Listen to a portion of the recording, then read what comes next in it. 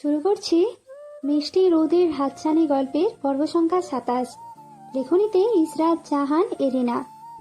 গল্প শুরু করার আগে আমার শ্রোতাদের উদ্দেশ্যে বলি, আপনারা যারা চ্যানেলটিকে এখনো সাবস্ক্রাইব করেননি তারা অবশ্যই চ্যানেলটিকে সাবস্ক্রাইব করে নিন।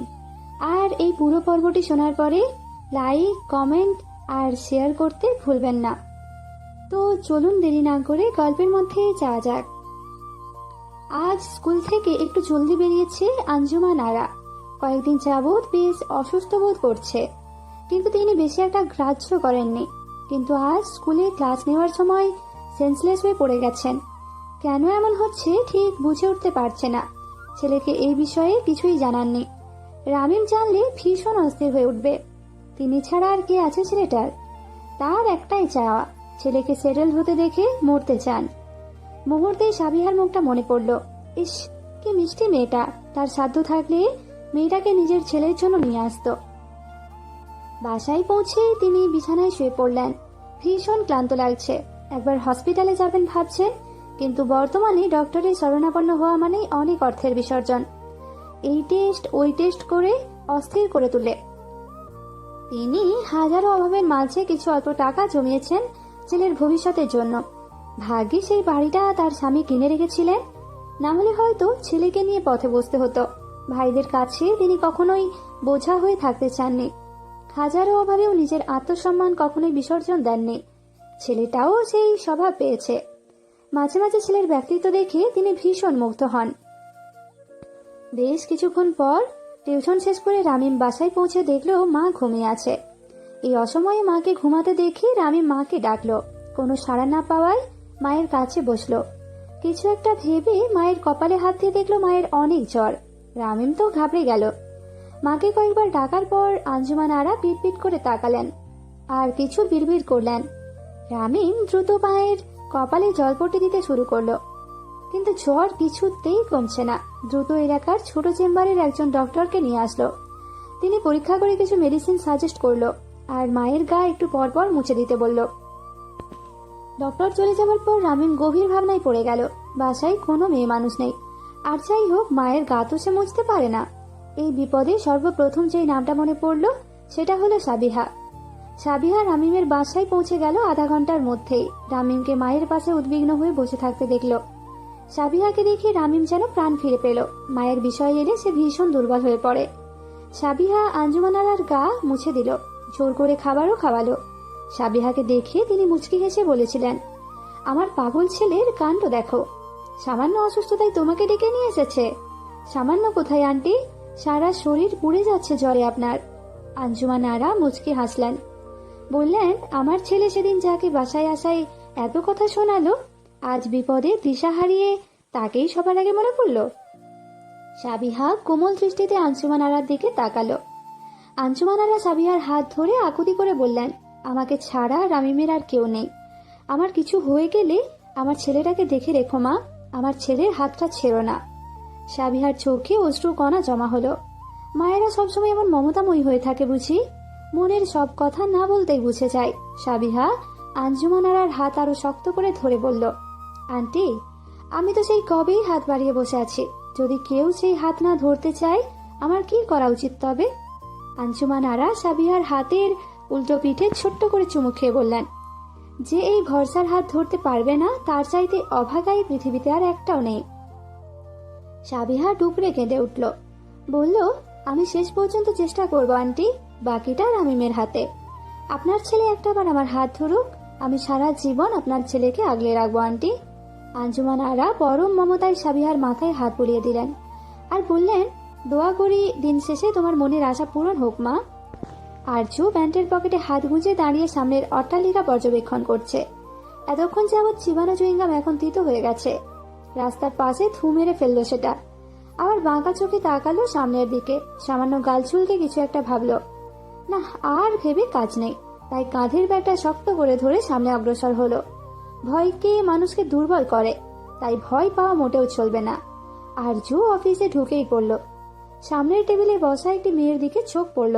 মার্জিত পোশাকের মেয়েটি সামনের ল্যাপটপে বেশ মনোযোগ সহকারে তাকিয়ে আছে। এই অফিসে আরজুর প্রথম আসা। আগে বাইরে ঘোরাঘুরি করলেও আজ প্রথম ভেতরে প্রবেশ করলো।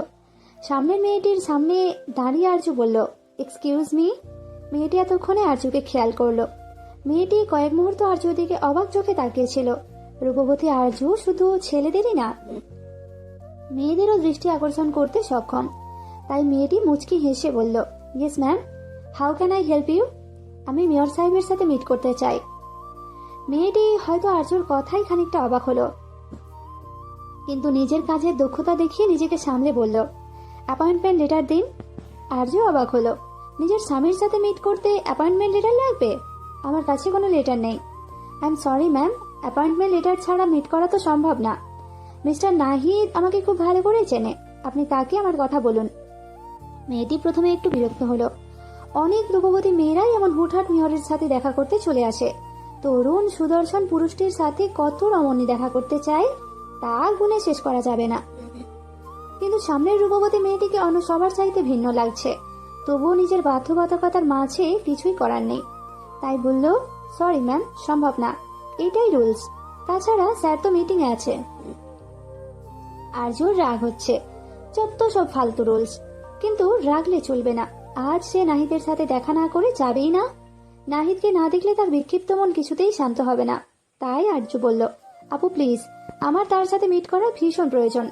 মেয়েটার হয়তো আরজুর জন্য কিছুটা মায়া হলো, তাই বলল, কি প্রয়োজন আমাকে বলুন ম্যাম। আসলে আমি একটা কমপ্লেন করতে চাই। মেয়েটা কপাল কুঁচকে বলল, কিসের কমপ্লেন? একজন প্রভাবশালী ব্যক্তির নামে কমপ্লেন করব। আমার সমস্যার সমাধান একমাত্র মেয়র সাহেব করতে পারবেন। মেয়েটা গভীর চিন্তায় পড়ে গেল। এক পলক আরজুর দিকে তাকালো। দারুণ স্মার্ট আর রূপবতী আরজুকে দেখে মনে মনে ভাবলো, এত সুন্দরী মেয়ের পেছনে ছেলেরা তো নিশ্চয়ই লাইন ধরে থাকে।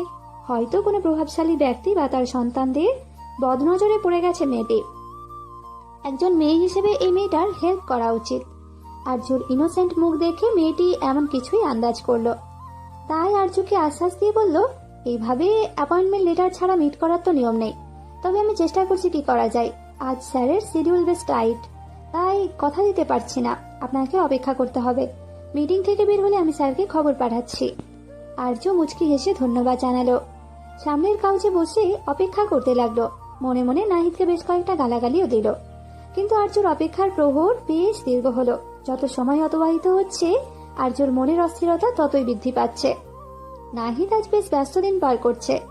মাত্র মিটিং শেষ করে চেয়ারে এসে বসলো। ঘন্টা খানেক পর একটা মিটিং আছে। সারাদিনের ব্যস্ততায় গায়ের পাঞ্জাবিটা খানিকটা কুঁচকে গেছে। নাহিদ এটা দেখে বেশ বিরক্ত হলো। অগোছালো তার কিছুই পছন্দ না। নাহিদ মেকি হাসলো, যেখানে তার লাইফটাই এমন অগোছালো সেখানে কাপড়ে কি আসে যায়। একটা ফাইল বেশ মনোযোগ দিয়ে দেখছে নাহিদ। আরো কতগুলো ফাইল জমা হয়ে আছে। নিঃশ্বাস ফেলার সময়ও পাচ্ছে না। তখন তাহিরা নামক মেয়েটি তার রুমে আসলো। বলল, স্যার একটি মেয়ে এসেছে কমপ্লেন করতে। নাহিদ চমকে বলল, কি কমপ্লেন? সেটা নাকি আপনার কাছেই বলবে। নাহিদ বিরক্ত হলো। এই মুহূর্তে সে ভীষণ টায়ার্ড, কারোর কমপ্লেন শোনার একদম ইচ্ছে নেই। তাই বলল, অ্যাপয়েন্টমেন্ট ছিল? না স্যার। নাহিদের বিরক্তি যেন আরো বৃদ্ধি পেল। এমন অনেক মেয়েরাই এসে তার টাইম ওয়েস্ট করে। তাই বলল, কমপ্লেন লেটার জমা দিয়ে যেতে বলুন, পরে দেখে নিব। মেয়েটি নাহিদের মুড বুঝে আর কিছুই বলল না। রুম থেকে বেরিয়ে চলে গেল। তার বেশ কিছুক্ষণ পর তার অ্যাসিস্ট্যান্ট আসফি হন্তদন্ত হয়ে তার রুমে প্রবেশ করলো। নাহিদ কপাল কুঁচকে বলল, কি ব্যাপার আসিফ? আসফি বেশ উত্তেজিত হয়ে বলল, স্যার, যে মেয়েটা এসেছিল কি যেন কমপ্লেন করতে। কোন মেয়ে? আর আপনি এত এক্সাইটেড কেন? আসিফ দুই হাত মুচড়াতে লাগলো আর বলল, স্যার, আপনাকে চিঠি দেওয়া সেই মেয়েটি। নাহিদ এতক্ষণ যাবৎ সামনের ফাইলে নজর থাকলেও এখন খানিকটা চমকে সে আসিফের দিকে তাকালো। আসিফ লজ্জা লজ্জা ভাব দেখে নাহিদ বিরক্ত প্রকাশ করলো আর বলল, কখন এসেছে? স্যার 3 ঘন্টা হবে, একটু আগে বেরিয়ে গেল। নাহিদ চমকে গেল। এতক্ষণ ধরে আর্য তার জন্য অপেক্ষা করছিল। সে দ্রুত বলল, আমাকে আগে জানাননি কেন? স্যার, আপনি তো মিটিং এ ছিলেন। নাহিদ চেয়ার ছেড়ে উঠে কিছুটা রেগে বলল, নেক্সট টাইম উনি আসলে আমাকে সাথে সাথে খবর জানাবেন। আসিফ খানিকটা ভয় পেয়ে বলল, জি স্যার। নাহিদ আর কিছু না বলে দ্রুত বেরিয়ে পড়ল। আসিফ যেন বোকা বনে গেল। তার মানে কি ওই সুন্দরীর মিষ্টি মিষ্টি চিঠির ভাষায় তাদের মেয়র সাহের প্রেমে পড়ল? সূর্য পশ্চিম আকাশে ডুবে গেছে অনেকক্ষণ আগেই। চারপাশ আঁধারে ছেয়ে গেছে। শহরের রাস্তার গলিতে জ্বলছে সোডিয়ামের আলো। সেই আলোর মাঝ দিয়ে হেঁটে যাচ্ছে আর্য। দু চোখ বেয়ে তার অশ্রু ঝরছে। হাতের উল্টো পিঠ দিয়ে সেই অশ্রু বারবার মুছে নিচ্ছে, কিন্তু বেহায়া জলধারা কিছুতেই থামছে না। বুকের ভেতর অসম্ভব যন্ত্রণা শুরু হয়েছে। নাহিদকে দেখার জন্য, তার সাথে কথা বলার জন্য তার মনটা অস্থির হয়ে উঠেছিল। তাই তো সকল ভয় লজ্জাকে পেছনে ফেলে সেই মানুষটির কাছে ছুটে গেছিল। কিন্তু সেই পাষাণ মানুষটি একটা বার পর্যন্ত দেখাও করলো না। আর্য নিজেকে নিজেই গালি দিল। কেন এত উতলা হয়ে সে পাষাণ ইগোইস্টিক মানুষটির সাথে দেখা করতে গেল? আর কোনো দিন সে যাবে না। সবসময় সাদা পাঞ্জাবি গায়ে থাকলে কি হবে? ভেতরে জিলাপির প্যাঁচের এই লোকটি অসভ্য লোক একটা। তখনই হঠাৎ পেছন থেকে একটা গাড়ি তাকে ওভারটেক করে দাঁড়ালো। আকস্মিক ঘটনায় আর্য খানিকটা ভয় পেয়ে গেল। নির্জন রাস্তায় কোনো বিপদের সম্মুখীন হলো না তো? আবারও নাহিদের উপর রাগ হলো। পুরুষ মানুষ হয়ে এত গার্ড নিয়ে ঘোরে, অথচ সুন্দরী বউকে প্রোটেক্ট করার জন্য একজনকেও রাখতে পারলো না। আর্য দ্রুত ব্যাগের সাইড পকেটে হাত রাখলো, দেখলো পেপার স্প্রে আছে কিনা। না, আছে। কিন্তু আর্যর সকল ভাবনাকে ছাপিয়ে গাড়ি থেকে বেরিয়ে আসলো নাহিদ। সাদা পাঞ্জাবির হাতা কনুইয়ে ভাঁজ করতে করতে আর্যর সামনে এসে দাঁড়ালো। আর্য যেন কোনো ঘোরের মাঝে হারিয়ে গেছিল, কিন্তু স্বাভাবিক হতেই আর্যর অভিমান যেন পাহাড় ছুঁল। এই মুখটা দেখার জন্য সে কত অস্থির হয়ে পড়েছিল, কিন্তু তার ভালোবাসা, অনুভূতি সবকিছুকে তুচ্ছ করেছে এই মানুষটি। তাই কোনো কথাই বলবে না আর্য। এই বদলোকটা গোল্লাই যাক। আর্য রাগে নাহিদকে পাশ কাটিয়ে চলে যেতে নিলেই নাহিদ আর্যর হাত ধরে আটকে দাঁড় করালো। বেশ বুঝতে পারছে তার ব্ল্যাকমেলার বউ ভীষণ রেগে আছে। অভিমানে ম্যাডামের চোখ বেয়ে বেয়ে পানি পড়ছে। তাই বলল, শুনলাম নাকি কমপ্লেন করতে এসেছিলে, তো কমপ্লেন না করে চলে যাচ্ছ কেন? রাগে আর্যর মুখ দিয়ে কোনো কথাই বের হচ্ছে না। নিজের হাত ছাড়ানোর চেষ্টা করতে লাগলো। নাহিদের যেন কাজটা পছন্দ হলো না, তাই অন্য হাতে আর্যর কোমর চেপে একদম নিজের কাছে নিয়ে আসলো। আর্যর যেন নিঃশ্বাস বন্ধ হবার জোগাড়। সারা শরীর পেয়ে বিদ্যুৎ খেলে গেল। উফ, কি এক পাগল করা অনুভূতি। আর্য চোখ বড় বড় করে নাহিদের দিকে তাকালো। নাহিদ দেখলো কিছু বেবি হেয়ার আর্যর কপালে পড়ে আছে। নাহিদ আর্যর মুখে ফু দিল। মুহূর্তেই নাহিদ বুঝতে পারলো আর্যর দেহের কম্পন। আর্যর হৃদস্পন্দনের অগ্রগতি নাহিদ অনুভব করলো। আর্য আবেশে চোখ বন্ধ করে নিয়েছে। নাহিদ বাঁকা হাসলো আর বলল, হাসলে নাকি মেয়েদের ভালো লাগে, কিন্তু তোমাকে রাগলে বেশি ভালো লাগে। একদম আমার বাসার মিমির মতো। মিমি রাগলে এমনই দেখায়। আর্য ঝটপট চোখ খুলে নাহিদের দিকে জিজ্ঞাসা দৃষ্টিতে তাকায়। নাহিদ বাঁকা হেসে বলল, মিমি আমার পোষা বিড়াল, ভীষণ কিউট। আর্য রাগে যেন নাহিদ ঘি ঢেলে দিল। আর্য নাহিদের কাছ থেকে নিজেকে ছাড়াতে জোরাজুরি করতে লাগলো, কিন্তু তেমন সুবিধা করতে পারলো না। তাই রেগে গিয়ে বলল, ছাড়ুন আমাকে, না হলে কিন্তু খারাপ হয়ে যাবে। কি খারাপ হবে? আর্য না চাইতেও সাবধানে ব্যাগ হাতড়ে পেপার স্প্রে বের করলো। সামনের মানুষটি তার স্বামী হলে তাকে একটা শিক্ষা দেওয়া প্রয়োজন। বউকে অবহেলা করার একটা শাস্তি দরকার। আর্য নাহিদের চোখে স্প্রে করার আগেই নাহিদ তার থেকে স্প্রে বোতলটি নিয়ে দেখতে দেখতে বলল, দেখি দেখি ডেট আছে কিনা। আর্যর আরো রাগ হলো নাহিদের নির্বিকার ভঙ্গি দেখে। রাগে কি করবে বুঝতে না পেরে নাহিদের উন্মুক্ত গলায় জোরে কামড় বসালো। নাহিদ নিচের ছোট কামড়ে সামান্য হাসলো। কৌতুক স্বরে বলল, তোমার অভ্যাস তো দেখি মিমির মতো। সেও রেগে তার ছোট ছোট দাঁত দিয়ে এমন কুটুস কুটুস করে কামড়ায়, যে কামড়ে মোটেও ব্যথা নেই। বাই দ্য ওয়ে, রাস্তায় দাঁড়িয়ে লাভ বাইট দেওয়ার প্ল্যানটা মোটেও পছন্দ হচ্ছে না। আর্য রেগে বলল, আমাকে একটা বিড়ালের সাথে তুলনা করছেন? আপনি একটা ফালতু লোক, ছাড়ুন বলছি। নাহিদ আর্যর কোনো কথাই শুনল না, বরং আর্যকে বুকের সাথে চেপে কোমর জাপটে ধরে শূন্যে তুলে নিল। আর্য যেন অবাকের ওপর অবাক হলো। নাহিদ আর্যকে নিয়ে সোজা গাড়ির ভেতরে বসিয়ে দিল, নিজেও বসে পড়ল। আর্য দরজা খুলতে চেষ্টা করলেও সফল হলো না। নাহিদ হাত দিয়ে নিজের চুল ব্রাশ করতে করতে বলল, ডোন্ট ওয়ারি, চুমুটুমু খাওয়ার জন্য এইভাবে তোমাকে আনিনি। তোমার মতো রাস্তাঘাটে লাভ বাইট মেকিং করা আমার পছন্দ না। এতদিনে সেটা নিশ্চয়ই বুঝে গেছো, তাই গাড়িতে এসে কথা বলাটা সেভ মনে হলো। যাই হোক, কি কমপ্লেন করতে এসেছিলে? আর্যর আগে ফোঁপাতে লাগলো। পারলে নাহিদের মাথাটা ফাটিয়ে ফেলতো। নাহিদ একটা পানির বোতল আর্যর দিকে বাড়িয়ে বলল, পানি খেয়ে নাও। রাগী মেয়ে মানুষ আমার পছন্দ না, রিল্যাক্স হয়ে তারপর বলো। আর্যর আসলে ভীষণ পানির পিপাসা পেয়েছে। নাহিদের সেই স্পর্শ তার ভেতরে তাণ্ডব চালাচ্ছে। উপরে উপরে রাগ দেখালেও ভেতরে আর্যর অনুভূতির জোয়ারে ভাসছে। এই মানুষটির স্পর্শ আর্যর হৃদয়ে সব রাগ অভিমান নিমেষেই পানি করে দেয়। পানি পান করে আর্য নিজেকে শান্ত রাখার চেষ্টা করলো আর বলল, একটা অসভ্য লোক আমার মনে শান্তি ভঙ্গ করেছে। আমাকে মানসিক কষ্ট দিচ্ছে। আমার মনে ঝড় তুলে যখন তখন হাওয়া হয়ে যাচ্ছে। লোকটার কঠিন শাস্তি চাচ্ছে। নাহিদ এতক্ষণ আর্যর দিকেই তাকিয়েছিল। রাগের কারণে আর্যর নাকের ডগা লাল হয়ে গেছে। আর্য সামনে তাকিয়ে এক নিঃশ্বাসে এই কথাগুলো বলছিল। নাহিদ কিঞ্চিত হাসল, বলল, বুঝলাম। তো কি শাস্তির ব্যবস্থা করা যায় বলো তো? তার আমাকে নিয়ে একদিন লং ড্রাইভে বের হতে হবে, এটাই শাস্তি। নাহিদ এক দৃষ্টিতে আর্যকে দেখে যাচ্ছে। আর্যর শাস্তির কথা শুনে সামান্য হেসে বলল, এটা কেমন অদ্ভুত টাইপের শাস্তি হয়ে গেল না? হ্যাঁ, অদ্ভুতই শাস্তি দিতে চাই তাকে। নাহিদ সিটে হেলান দিয়ে চোখ বন্ধ করে দীর্ঘশ্বাস ছাড়ল। মেয়েটা তাকে ভেঙে চুরমার করে তবেই দম নিবে। আর্য জানালার পাশে বাইরে তাকিয়ে মুচকি হাসল। এই নেতাকে তো আর্য দেখে নিবে, তার প্রেমের সুইমিং পুলে নাকানি চুমানি খাইয়ে ছাড়বে, যেমনটা সে খাচ্ছে। পশ্চিম আকাশে সূর্য ঢলে পড়েছে কিছুক্ষণ আগে। এই সময় যারা আর তার কাজিন মিরাজ একটা ক্যাফেতে বসে আড্ডা দিচ্ছে। মিরাজ তার একমাত্র মামাতো ভাই। হায়ার এডুকেশনের জন্য মিরাজ বেশ কিছু বছর কানাডায় ছিল। সপ্তাহখানেক হলো দেশে ফিরেছে। যারার সাথে মিরাজের সম্পর্ক বেশ বন্ধুত্বপূর্ণ। যারা কফিতে চুমুক দিয়ে বলল, মামি কিন্তু এবার বেশ সিরিয়াস তোমার বিয়ে নিয়ে। ওই দিন দেখলাম আম্মুর কাছে বেশ কিছু মেয়ের ছবি নিয়ে হাজির। মিরাজ মুচকি হেসে সামনে সিল্কি চুলগুলো পেছনে ঠেলে দিয়ে বলল, মায়ের কথা কি বলবো, আমাকে তো আরো 2 বছর আগে থেকে বিয়ের জন্য চাপ দিচ্ছে। তো করে ফেলো না, বিয়ের বয়স তো হয়েছেই। পছন্দের কেউ আছে নাকি? মিরাজ দুষ্টু হেসে বলল, আছে তো। তোর ওই বান্ধবীকে আমার সাথে সেট করে দে। যারা ভ্রু কুঁচকে তাকিয়ে বলল, আর্যুর আশা ছেড়ে দাও। আমার বান্ধবী অলরেডি প্রেমের ঘোলা পানিতে হাবুডুবু খাচ্ছে। বলিস কি? এই মেয়ে তো কোনো ছেলেকে পাত্তাই দিত না। কয়েক বছর আগে তোর বান্ধবীকে প্রপোজ করেছিলাম, আমাকে সবার সামনে ধর্মের ভাই বানিয়ে হালকা করে ছ্যাঁকা খাইয়ে দিল। যারা উচ্চ শব্দে হেসে বলল, হ্যাঁ আমার বেশ মনে আছে, কিন্তু আমাদের আর্য এখন একজনের প্রেমে পড়ে গেছে। আহা, কি কঠিন প্রেম! মজার বিষয়, এমন একজনের প্রেমে পড়েছে জানলে অবাক হয়ে যাবে। কার প্রেমে পড়েছে? যারা মিরাজের কানের কাছে এসে ফিসফিসিয়ে বলল, তোমাকে বলা যাবে না মিরাজ ভাই, ইটস টপ সিক্রেট। আরে বাবা, কোনো ভিআইপি নাকি?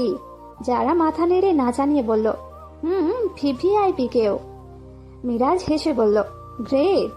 যারা আরো কিছুক্ষণ কথা বলার পর মিরাজ বলল, যারা তোর আমাকে একটা হেল্প করতে হবে। কি হেল্প? মিরাজ কিছুক্ষণ হাতে হাত ঘষে মিনমিনিয়ে বলল, কানাডায় অ্যাথরিন নামের একটা মেয়ের সাথে বেশ ভালো বন্ধুত্বপূর্ণ সম্পর্ক হয়েছে আমার।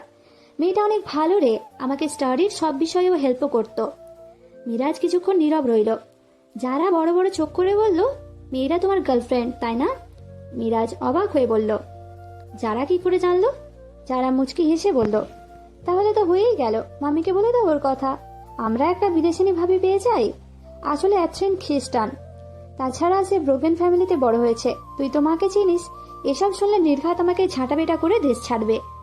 এখন কি করব বুঝতে পারছি না। আমি অ্যাথরিনকে ভীষণ ভালোবাসি। আমার লাইফে ওকে ছাড়া কাউকে কল্পনাই করতে পারছি না। তুই একটু ওর বিষয়ে মাকে বুঝিয়ে বলবি? যারা কিছুক্ষণ চিন্তা করে বলল, আচ্ছা ঠিক আছে, সেটা না হয় বলবো, কিন্তু মামির রিয়াকশন কি হবে সেটা তো বলতে পারছি না। দেখা গেল এই খবর শুনেই মামি ছোটখাটো হার্ট অ্যাটাক করে বসে আছে। আর যদি তোমার বিদেশি গার্লফ্রেন্ড বিকিনি পরে মামির সামনে চলে আসে, আমার মামি তো সোজা পটল তুলবে। কথাটা বলেই যারা উচ্চ শব্দে হেসে উঠল। মীরা যারার হাসিতে প্রথমে খানিকটা বিরক্ত হলেও পরে নিজেও হেসে উঠল। মেয়েটা ভারী দুষ্টু। ঠিক তখনই কেউ একজন যারার পাশ ঘেঁষে শরীর ঘেঁষে বসে পড়ল। আকস্মিক এই ঘটনায় যারা এবং মিরাজ দুজনই হতভম্ব হয়ে গেল। হাসি থামিয়ে যারা পাশের মানুষটিকে দেখে চোখ বড় বড় করে তাকালো। মিরাজ চোখ কুঁচকে বলল, এক্সকিউজ মি ব্রো, আপনাকে তো ঠিক চিনতে পারলাম না। আগন্তুক ছেলেটি যারার দিকে তাকিয়ে মুচকি হেসে বলল, জান, আমি কে ওনাকে বলনি? ওকে, নো প্রবলেম, আমি নিজেই পরিচয় দিয়ে দিচ্ছি। আমি নাহিয়ান জাহিদ, যারার ফিয়ান্সে। আপনি? কথাটা বলে মিরাজের দিকে হাত বাড়িয়ে দিল। মিরাজ অবাক হয়ে যারার দিকে তাকালো। যারা কেমন অবাক হয়ে ছেলেটির দিকে তাকিয়ে আছে। মিরাজ হাত বাড়িয়ে হ্যান্ডশেক করলো আর জানালো, সে যারার কাজিন। যারা রক্তিম চোখে জাহিদের দিকে তাকিয়ে বলল, হোয়াট ননসেন্স! এই ছেলে, তোমার মাথা ঠিক আছে? জাহিদ টেবিলে রাখা যারার হাতে আলতো করে হাত রেখে বলল, জান, এখনো রেগে আছো? আসলে ভাইয়াও আমার সাথে রাগ করে আছে, গত রাতে ঝগড়া হয়েছে তো তাই। এত অভিমানী মেয়েটা যে কি বলবো। যারা রেগে বলল, এই ফাজিল ছেলে, আর একটা কথা বললে থাপড়িয়ে গাল লাল করে দিব। জাহিদ যারার দিকে খানিকটা ঝুঁকে বলল, গাল লাল করে কি হবে জান? আমি তো লিপস লাল করতে চাই। যারা হাঁ করে জাহিদের দিকে তাকিয়ে রইল, যেন বেশ বড় কোনো ছটকা খেলো। মিরাজ তো হতভম্ব হয়ে তাদের দেখছে। কিছু একটা ভেবে মুচকি হেসে যারাকে বলল, ফুপি কি জানে তার আদরের মেয়ে জামাই ঠিক করে ফেলেছে? মিরাজ ভাই, এই ছেলের কথা বিশ্বাস করো না, 1 নম্বরের নাটকবাজ। জাহিদ যারার হাত আরো শক্ত করে ধরে বলল, জান, আন্টিকে ভয় পাচ্ছ কেন? আমি বিয়ের জন্য তাকে ঠিক ম্যানেজ করে ফেলবো। তাছাড়া ভাইয়া তো আছে আমাদের হেল্প করার জন্য, তাই না ভাইয়া? মিরাজ মাথা নেড়ে হ্যাঁ জানালো, আর চেয়ার ছেড়ে উঠে বলল, বুঝলাম তোদের মধ্যে মান অভিমান চলছে, তোরা টাইম স্পেন্ড কর, আমি আজ উঠি। যারা নিজেও উঠতে চাইলে জাহিদ হাত ধরে বসিয়ে দিল। মিরাজ চলে গেলে যারা রাগী চোখে তাকিয়ে বলল, এই ধরনের ফাজলামির মানেটা কি? ভাবলেছেন ভাবে জাহিদ বলল, ফাজলামি কখন করলাম? রাগে তো যারার শরীর চলে যাচ্ছে। মিরাজ ভাই কি মনে করলো কে জানে। যারা রেগে বলল, ফিয়ান্সে, বউ, এসব কি? এসব নিয়ে মজা করার আমার একদম ইচ্ছে নেই। জাহিদ এবার যারার অনেকটা কাছে ঘেঁষে বসলো। যারার দিকে নিঃস্বার্থ দৃষ্টি নিক্ষেপ করে বলল, কোনোটাই মজা ছিল না, যেটা ভবিষ্যতে হবে সেটাই বলেছি, বুঝলেন মাই ফিউচার ওয়াইফ? যারা তো বেশ ভড়কে গেল, সারা শরীর জুড়ে অদ্ভুত শিহরণ বয়ে গেল। ফিউচার ওয়াইফ শব্দটায় কিছু তো একটা ছিল যা যারার অন্তরে এসে বিঁধেছে। যারা অপ্রস্তুত হয়ে জাহিদের কাছ থেকে খানিকটা সরে আসতে চাইলে জাহিদ যারার হাত আলতোভাবে ধরে রাখলো। যারার সারা শরীর কাঁপতে লাগে। এই ছেলেকে এই মুহূর্তে মায়ের দেওয়া দরকার ছিল, কিন্তু যারা জাহিদকে তেমন কিছুই বলতে পারছে না। যারা আমতা আমতা করে বলল, এমনটা মোটেও সম্ভব না, আমি তোমার সিনিয়র, তোমার কাছ থেকে আমার দূরে থাকা দরকার। কথাটা বলেই যারা হাত ছাড়িয়ে দ্রুত সেখান থেকে বেরিয়ে গেল। জাহিদ যারার যাওয়ার দিকে তাকিয়ে হেসে বলল, আমার বউ তো আপনিই হবেন। আপনার মায়ায় আমি এমন ভাবে বেঁধে গেছি যে ফেরার পথ নেই। আসলে এই ক্যাফেতে জাহিদ এসেছিল এক বন্ধুর সাথে, কিন্তু সেখানে যারা অন্য একটি ছেলের সাথে এত মিষ্টি করে হেসে কথা বলতে দেখে তার বুকের ভিতরে অসম্ভব ব্যথার উৎপত্তি হয়। ছেলেটা যদি যারার বিয়ে হয়েও থাকে তবে আজ সে ব্রেকআপ করিয়েই ছাড়বে। তাই বন্ধুকে বিদায় দিয়ে যারার কাছে এসে বসে পড়ে। তবে কিছুক্ষণের মধ্যেই বুঝতে পারে সামনে ছেলেটি যারার কাজিন, কিন্তু ততক্ষণে যা ব্লান্ডার করার সে তো করেই ফেলেছে। মেয়েটা নিশ্চয়ই অনেক রেগে গেছে। নির্জন রাতে পাশাপাশি বসে আছে একজোড়া নতুন দম্পতি, কিন্তু তাদের মাঝে বিশাল এক দূরত্ব। এই দূরত্ব কি করে কমবে সেটা আর্যুর জানা নেই। এমন নিরামিষ ধাম্বিক লোক আর্যু জীবনে একটাও দেখেনি। এমন নির্জন রাতে গাড়িতে পাশে তার নতুন সুন্দরী বউ বসে আছে। কোথায় জড়িয়ে ধরে গভীর চুমু খেয়ে নেবে তা না, লোকটা মনোযোগ দিয়ে গাড়ি চালাচ্ছে, একটা কথাও বলছে না। আর এইদিকে আর্যুর নিজের উপরই রাগ হচ্ছে। মানুষটা সামনে আসলে কোথা থেকে এত লজ্জা তার উপর ভর করে বোঝে না। লজ্জা এই কথাই বলতে পারছে না। নাহিদ গাড়ি থামালো আর্যুর বাড়ির সামনে। নীরবতা ভেঙে নাহিদ কঠিন সুরে বলল, নেক্সট টাইম এমন বোকামি আর করবে না। হুট করে আমার অফিসে আসাটা তোমার ঠিক হয়নি। পলিটিক্সে যেমন ক্ষমতা থাকে তেমনি রিস্কও থাকে। আর্য, আমার লাইফে পলিটিক্সের বদৌলতে অনেক শত্রুর উদ্ভব হয়েছে। তারা সারাক্ষণ আমার ক্ষতির চেষ্টা করে, কিন্তু আমাকে না ছুঁতে পারলে তারা আমার কাছের মানুষের ক্ষতি করার চেষ্টা করবে। তাই সাবধানে চলবে, প্রতিটা কদম ভেবে চিনতে নিবে। তুমি আর সেই সাধারণ আর্য নেই, তুমি আমার সম্মান এখন। আর্য নাহিদের দিকে মুগ্ধ চোখে তাকিয়ে আছে। নিজের কানকে বিশ্বাস করতে পারছে না। নেতা সাহেব তাকে কাছের মানুষ বলেছে, নিজের সম্মান দাবি করছে। নাহিদের এত উপদেশ তার কানে ঢুকলোই না। সে তো সুখের সাগরে ভেসে বেড়াচ্ছে। আর্য যে নাহিদের কথা কানে নেয়নি সেটা সে ভালোভাবেই বুঝতে পারলো। এই মেয়েকে কি করে সামলাবে নাহিদ নিজেই বুঝতে পারছে না। খানিকটা বিরক্ত হয়ে গলা পরিষ্কার করে নাহিদ বলল, রাত হয়ে যাচ্ছে, বাসায় যাও আর্য। আর্য চোখ বুজে ফেলল। ইস, নেতা সাহেবের মুখে নিজের নাম শুনতেও বেশ মধুর লাগছে। আরো কিছুক্ষণ ডাকুক না। আর্যুর চোখ গেল নাহিদের গলার দিকে। কামড়ের দাগটা বেশ স্পষ্ট। আর্য বেশ লজ্জা পেল। দ্রুত দরজা খুলে বেরিয়ে আসলো। লজ্জায় পেছনে তাকাতে পারছে না। কয়েক কদম সামনে এগোতেই আর্যুর ফোনটা বেজে উঠল। দেখলো একটা আননোন নাম্বার। কল রিসিভ করতেই অপর পাশ থেকে গম্ভীর একটা শব্দ বেরিয়ে এলো, এটা আমার নম্বর। এই নম্বরেই আমার সাথে যোগাযোগ করতে পারবে। আমার অফিসে আর মোটেও হামলা দিবে না, কিন্তু যখন তখন কল করলে আমাকে পাবে না। আমি ভীষণ ব্যস্ত থাকি। আমি ফ্রি হয়ে তোমাকে কল করব। আর্য পেছনে ফিরে দেখলো নাহিদ ফোন কানে গুঁজে তার দিকেই তাকিয়ে আছে। আহা, কি মায়াময় সেই দৃষ্টি! আর্য বক্ষস্থল কেঁপে উঠল সেই দৃষ্টিতে। নাহিদ মোলায়েম স্বরে আবারও বলল, ভালোবাসা কখন সুন্দর হয় জানো? সঠিক মানুষটিকে ভালোবাসতে পারলে। তুমি সঠিক মানুষটিকে ভালোবেসেছ কিনা সেটা সময় বলে দেবে। আমার সাথে পথ চলা অনেক কঠিন হবে আর্য। এই পথ জুড়ে শুধুই কাঁটা। এই কাঁটা তোমার কোমল হৃদয়কে ক্ষতবিক্ষত করে তুলবে। তুমি অনেক ভালো কাউকে ডিজার্ভ করো আর্য, যে তোমাকে সহজ আর স্বাভাবিক জীবন দিতে পারবে। I am not perfect for you. নাহিদের প্রতিটি কথা আর্য মন দিয়ে শুনল। বুকটা কেমন ধুকধুক করছে, কিন্তু আর্য দুর্বল না হয়ে বলল, আমি যাকে ভালোবেসেছি তার প্রতি হৃদয়ে গভীর টান অনুভব করেছি। একবার যখন তার হাতটা ধরেছি, সেটা আর ছাড়ছে না। পথ যতই কঠিন হোক না কেন, মানুষটা পাশে থাকলে হাসি মুখে সেটা পাড়ি দিতে পারবো। জীবনের শেষ নিঃশ্বাস পর্যন্ত তার পাশেই থাকবো। সুন্দর গোলাপকে ছুঁতে চাইলে একটু তো কাঁটার আঘাত সহ্য করতেই হবে, তাই না? নাহিদ আর্যর দিকে এক দৃষ্টিতে তাকিয়ে রইল। তারপর দীর্ঘ শ্বাস ফেলে বলল, তুমি আসলেই একটা পাগড়ি। যাও, বাসায় যাও। আর্য বাসায় চলে গেল, আর নাহিদ ছুটে চলল তার গন্তব্যে। আর্য নির্ভয়ে বাসায় প্রবেশ করলো, কারণ সে জানে আজ খালামণি আর খালুজান বাসায় দেরি করে ফিরবে। ডোরবেল বাজালে অবনী দরজা খুলে দিল। আর্য খেয়াল করলো অবনী কেমন অদ্ভুত দৃষ্টিতে তার দিকে তাকিয়ে আছে। আর্য বলল, কি সমস্যা, এইভাবে তাকিয়ে আছিস কেন? অবনী আশেপাশে তাকিয়ে কাউকে খুঁজলো। আর্য জানে অবনী তারাকে খুঁজছে। অবনী আর্যর হাত ধরে দ্রুত রুমে ঢুকে দরজা বন্ধ করে দিল। আর্য অবাক হয়ে অবনীর কাণ্ড দেখছে। আর্য বিরক্ত হয়ে বলল, কি হয়েছে বলবি? কি হয়েছে সেটা তো তুমি বলবে। মেয়র জিজু তোমাকে বাসায় নামিয়ে দিয়ে যায়, ঘটনা কি? আর্য কাচুমাচু করতে লাগলো। এইটা কি হলো? এই বাঁদর তাকে দেখে ফেললো। এখন কি বলবে আর্য? এই বাঁদর মেয়েটা তো তার পেট থেকে সব কথা বের করেই দম নেবে। অবনী ভ্রুকুঁচকে তাকিয়ে বলল, কি লুকাচ্ছ আমার কাছ থেকে? 1 মিনিট, তুমি মেয়রের সাথে প্রেম করছো না তো? আর্য নিজের ঠোঁট কামড়ে ধরল।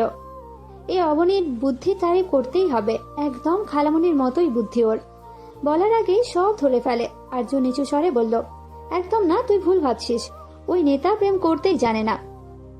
তাহলে মেয়র সাহেব তোমাকে এমনি এমনি বাসায় পৌঁছে দিয়ে যায়? আমাকে বোকা পেয়েছো?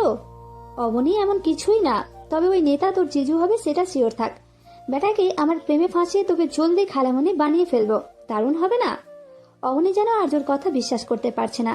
কিছু একটা নিশ্চয়ই লুকাচ্ছে, কিন্তু কি সেটা না হয় পরে দেখা যাবে। তবে নাহিদ তার জিজু হলে বেশ হবে। ওই নিশান বেটা বেশি তেড়িমেড়ি করলে জিজুর চেলা দিয়ে কেরানি খাওয়াতে পারবে। 1-2 বার থ্রেড দেওয়া তো যেতেই পারে। আহা, কি শান্তি! মাথায় বন্দুক ঠেকিয়ে বলবে, তুই বেটা শুধুই আমার। অন্য মেয়ের দিকে তাকালে এই বন্দুকের সবগুলি তোর চোখে ঢুকিয়ে দিব। এখন ঝটপট একটা চুমু খেয়ে ফেলতো। কথাটা ভেবে অবনী নিজের উচ্চ শব্দে হাসতে লাগলো। তারা দৌড়ে এসে বলল, ছোট আপা তুমি হাসো কেন? এমনি হাসি তারা আপু, শয়তানে নাড়ে চাড়ে তো তাই। তারা ভাবলো ছোট আপারে জিনে আসর করলো নাকি। আজকাল এমনি এমনিই হাসে।